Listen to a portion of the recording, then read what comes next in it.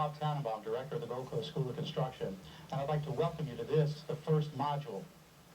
We know you've just gotten all your materials and you're opening boxes up and wondering what you have. A part of what we're going to do is explain the materials that you have, and the purpose of this first module is to give you an overview of the course and to show you how to make the most out of it. Amongst the exhibits that you received from the course itself, from our materials, you received a file folder, possibly like this one, with a number of exhibits inside. I'd like you to take this file folder out and open it up to the various exhibits that are inside of it.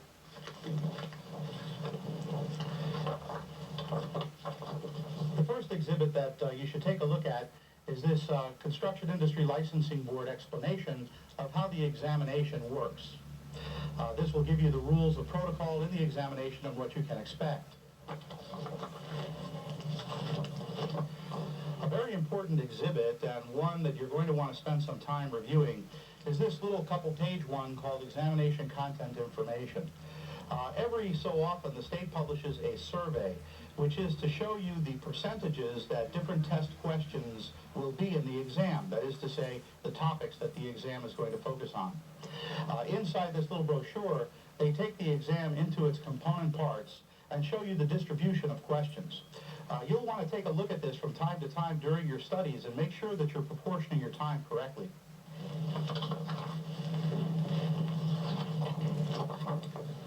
Another exhibit is your application. You'll notice on the front of it, it gives you the schedule of deadlines as to when you must apply for a particular given exam. And then as you open it up and examine it, you'll find that it has the locations for you to place the information to prove your experience and your background that the board requires for you to get this license. Now, along with this application in your materials, there also is a little booklet that explains exactly how to fill the application out. This is the application information booklet. You ought to take a look through this booklet before you start with your application, but what we recommend is that using this booklet and your application, go ahead and fill your application out as best as possible. Then bring it into class with you and show it to your instructor. He'll look it over and perhaps refer you to sections of this information booklet that can help you clarify your statement of experience and make it easy for you to get accepted for the exam. From time to time in the modules, you'll be shown certain exhibits. So we've included a couple of exhibits just to get you familiar with how these are going to work. This particular exhibit is called the You Can Do formula. The You Can Do formula, which you have as part of your exhibit, is a systematic approach to problem solving that can help you organize how you approach each problem. Although it appears simple, it is very effective, and it's worth your while to at least give it a try. The first step is U, which stands for understand what the problem is. Now, there's two definitions of the word problem, or really the word question. You can use the word question to mean the entire thing you're talking about, or you can use the word question to mean the one sentence that reflects the exact things that's asked. What's meant here is that if you're confronted with a question that has 3 or 4 paragraphs, it does you no good at all to read it first.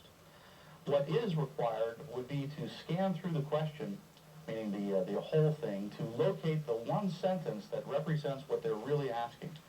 That sentence is usually at the beginning, middle, or end, and on the test it's usually at the middle or the end. So the first step is to identify the exact thing that they're asking. The C stands for check the answers given. You're not really there to come up with a, quote, correct answer. You're there to find the correct answer as defined by a multiple choice test. And you want to utilize anything that you can to help you in that direction. So before you even start to solve the problem, you should look at what the potential answer choices are, because they're going to give you a sense of proportion, and they're going to help open the door to find out how to solve the problem. And once you've identified the question, the actual exact question, and once you've looked at the potential answers, now you're going to basically reconstruct a formula or construct a formula about the question, and that's the A. Apply the formula. Now, the formula could be a math formula, or it could simply be getting everything out on paper, or it could be an approach, or you might have to go in a reference book to find an approach. But nevertheless, you want to simply set the problem up as completely as possible. The next step is you're going to fill in data. If it's a math problem, you have written down, and by the way, that's what I mean by apply, write down the problem. You've written it down, and now you're going to fill in the blanks with the N, and you're going to try to do that accurately. And then the D is really the make-break point between people who pass this test the first time and those who don't. The people who pass take the time to double-check each of the above steps. And by the way, when you get into the exam, you're going to see everybody grab their calculator and start banging on it. Those people just failed the test, so they've made room for you. So that should give you some encouragement, and you'll surprise yourself by observing that when you first sit down. The final item here is O. Well, now you're going to organize the answer. You're going to make any calculations that may be necessary for that. And this is the you can do formula. Another one of your exhibits is entitled Word Problems. And in this exhibit, we're trying to help you see how certain English words have specific meanings. If you take the example that's on this exhibit, contractor A is pouring a rectangular slab, 15 by 30. One half of it is to be painted. The paint to be used covers 50 square feet per gallon. How many gallons of paint will he use? In a moment, you'll take a crack at solving this problem, and then I want you to bring the problem into class, and the instructor will show you how to solve it, in case you have a question. But what we're trying to illustrate here is that certain key words have specific meanings. For example, of, by, is, per, some, and difference. Is always means equals. And you could substitute the words, or the word is, for an equal sign, and that would help you set your problem up. The word of always means times, or to multiply. So if I said I had a quantity that was 1/2 of 1/4 of 1/3 of 1 gallon, all I would need to do is take a multiplication sign and substitute it for the word of, and that would solve my problem for me. By can mean multiply when dealing with dimensions, 15 by 30, or usually it means divide, as in divide this by 4. Per almost always means divide. Miles per hour is really miles divided by an hour. Sum means add, and difference means subtract. As you work on some of the different word problems, you may want to come back to this exhibit and get familiar with these words and how to use them. If you're in a position to actually recognize the words and substitute them immediately, you're going to save yourself a lot of aggravation and a great deal of time. These exhibits are designed to help you assimilate the information quickly and give you some tips and shortcuts as to how to make your studies as interesting, enjoyable, and profitable as possible. If you have any questions about any of these exhibits or anything during the courses here, please make a note of them and bring them to your workshop and go through them with your instructor. They'll be more than happy to do this.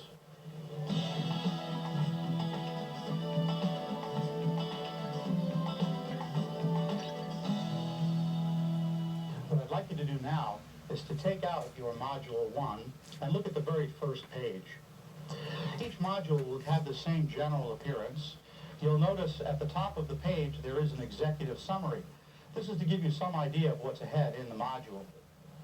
In this particular module, we're going to show you how to make the most of this material and also show you the parts of the exam that you'll be preparing for. Notice next there is a short checklist of the items that you're supposed to do. And you'll notice the first item is to put the video in.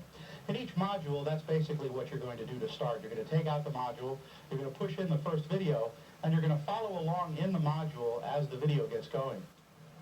You'll notice from this checklist, it tells you to follow the outline as you go forward, and to highlight your reference books as it's indicated both in the module itself and from the video.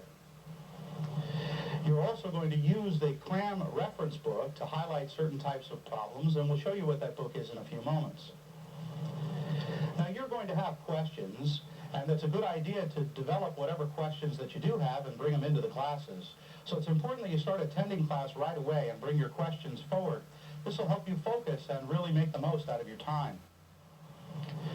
The last step in this module, and in each module, is to take the short quiz at the end. These will run about 20 or 25 questions, and you'll get some idea of how you have absorbed the material by virtue of how you've done on the exam. If you have some more work to do, well, just review the sections that are necessary. Again, if you have any questions during this process, be sure to bring them in to your instructor. Towards the bottom of this first page, you also have a list of reference books. Now, in a moment, we're going to take a tour through your reference books, but for this instance, just notice that the different abbreviations are the abbreviations that we're going to be using during the course. So as you read through the module, you'll see, for example, a W and then some page numbers. That means that we're referring to Walker's Building Estimator's Guide, and that's how you're going to find the particular reference involved. Open your module to the very next page, which is page 1-2. Here you see an outline of what this module is like, and in subsequent modules there will be a similar outline. You'll notice that we've already looked at topic number 1, and now we are in the middle of topic number 2, how the course works. You're going to be following each module, filling out what you need to in your reference books, and also following along in the outline as you watch the video. You're going to use a CRAM workbook to supplement those questions that are math-oriented questions. So in a particular place in the module, it's going to refer to the CRAM workbook. You should save the CRAM-type questions to the end. These tend to be longer and math-oriented questions. And when you're ready to tackle that particular type of question, you're going to go to the CRAM book, open it, find the appropriate information, and then read along to see how you would solve the problem. A video is also supplied with a numbering system that will allow you to review selected CRAM areas so that you can make sure that you have the information that you need.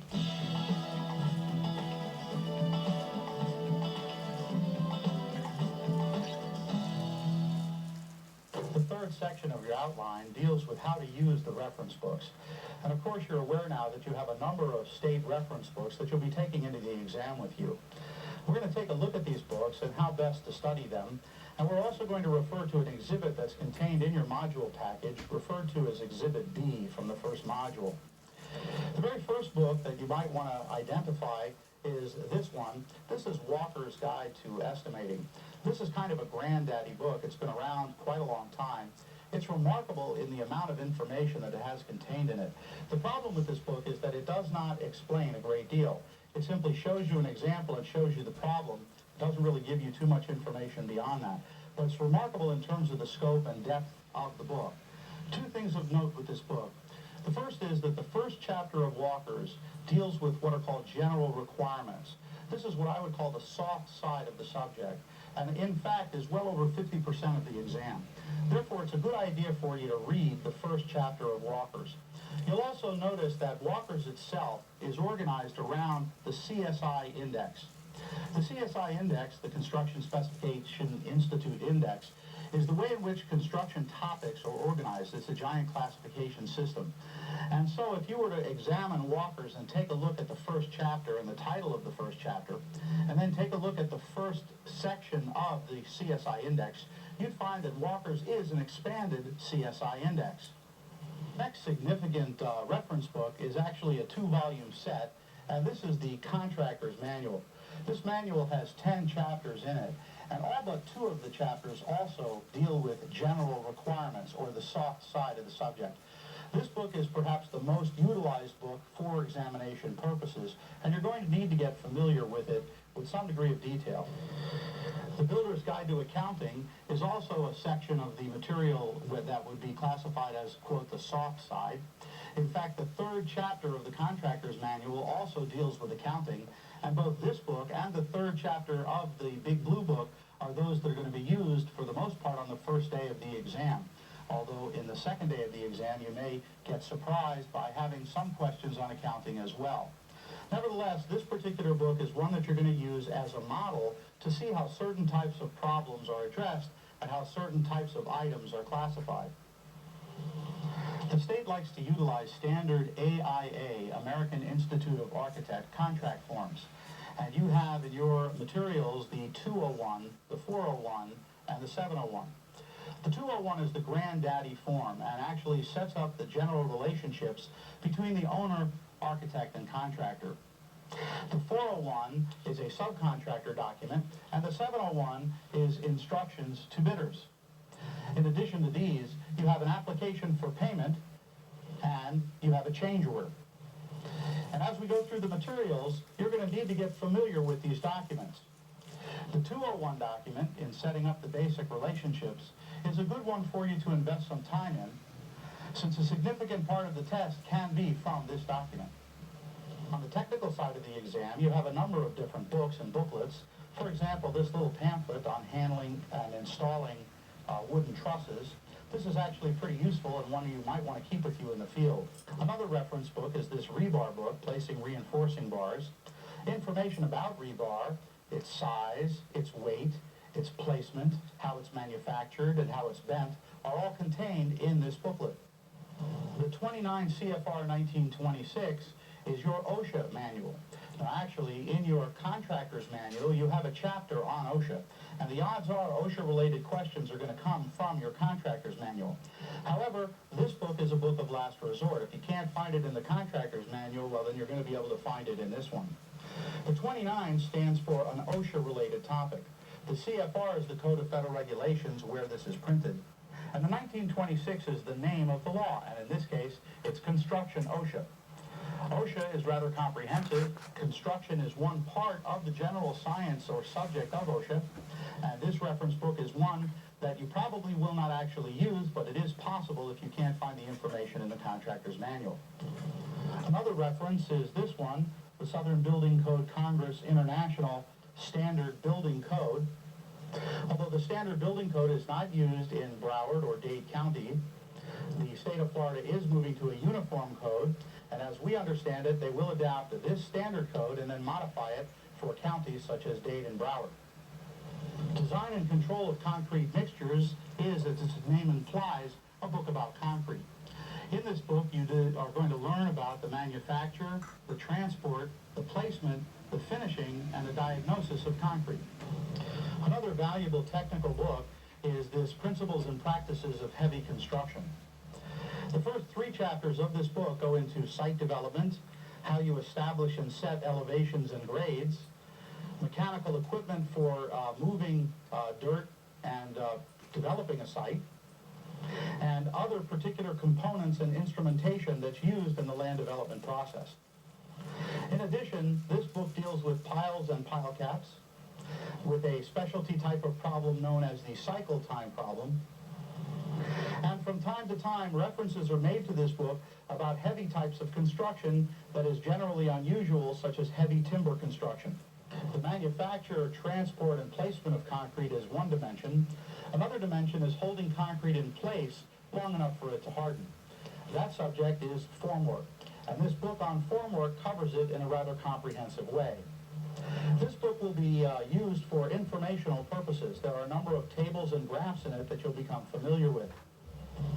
This little pamphlet summarizes how drywall is to be applied. Inside this pamphlet, there's a number of rules of thumb for using drywall, conditions and temperatures for the use of it, and also how it is to be nailed in place or screwed in place depending upon the location and the method that the installer has chosen.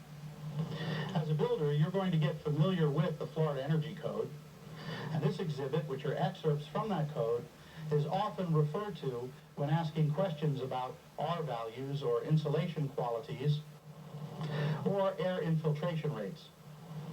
A new addition to the book list is the Florida Accessibility Code. This code deals with the adaptation of buildings and the construction of new buildings so that they are barrier-free. A key exhibit that can help you is the one entitled Reference Books in Perspective.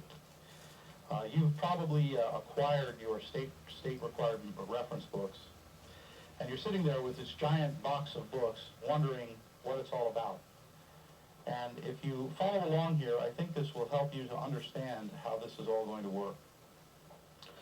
What we have here is a description of each book, and the percentage number that's there is my best guess of how many questions or what percentage of the questions come out of that particular book. And the way this is set up, if you'll notice, for example, we have Walker's Building Estimator's Guide in this box at the top, and it has a line moving from it to the left and connecting with the contractor's manual. And you'll notice that that line is very near Chapter 1, the General Requirements of Walker's. Similarly, from the contractor's manual, you have a line that connects to the Builder's Guide of Accounting and also to the AIA documents. What is meant by these lines and their connection with the contractor's manual is that, in a sense, this is the soft side of construction. These are all the general requirements and administrative conditions and project, everything really except for project management and the technical side of the subject is connected together in these books. Walkers, as a general note, will be worth about 10% of the test questions. The contractor's manual is roughly 28% of these questions, and notice that the 10 chapters in the contractor's manual, with the exception of number 10, project management, and possibly number 7, OSHA, are all, again, general conditions or general requirements and are, in a sense, the soft side of construction. Also, the Builder's Guide to Accounting perhaps has 20% of the questions from it, and the AIA documents, again, probably have 7% of the questions. So you can see by adding those percentages up, realizing that there's some overlap here, that probably 40% of the test, or maybe even as much as 50% of the test, comes from these particular books. And all of the items or topics in the test that deal with the soft side of construction come from these particular books. On the other side of the sheet, you have the technical side of what's going to occur. And you can see here that you again have Walker's estimating reference book, the remainder of the chapters which relate to technical issues. And you have the standard building code, which could represent 6% of the questions, and the principles and practices of heavy construction, 4%, and design and control of concrete mixtures, 4%, placing rebar, 3%, formwork for concrete, 4%, the truss book, 3%, the gypsum book, 2%, the OSHA book, 5%. Now, keep in mind that while it says 5% for the OSHA book, most all of the OSHA questions are going to come out of the contractor's manual. So the odds are you won't even have to open the OSHA book, but OSHA as a topic is probably contained in 5% of the questions. The energy code is worth 2%, and the Florida Accessibility Code is probably going to be worth about 2% of the questions. And if you approach these books in this fashion, you're going to proportion your time more exactly. It's going to make life a great deal easier. So as you take the books out of the box, you might want to identify each one of them against this chart and just get set in your own mind how important that book is to your overall effort, and so you can proportion yourself appropriately. Now that you have some sense of how the books are arranged and how they should be proportioned, let's talk for a moment about how to study a book. What I'd like you to do is to take out your contractor's manual and open it up to the second chapter that deals with licensing. So open up your contractor's manual to the second chapter and take a look at the table of contents. The first thing you do whenever you study a book like this is to take a look at the table of contents. You may want to spend a little while looking through it, reading some of the items, to get some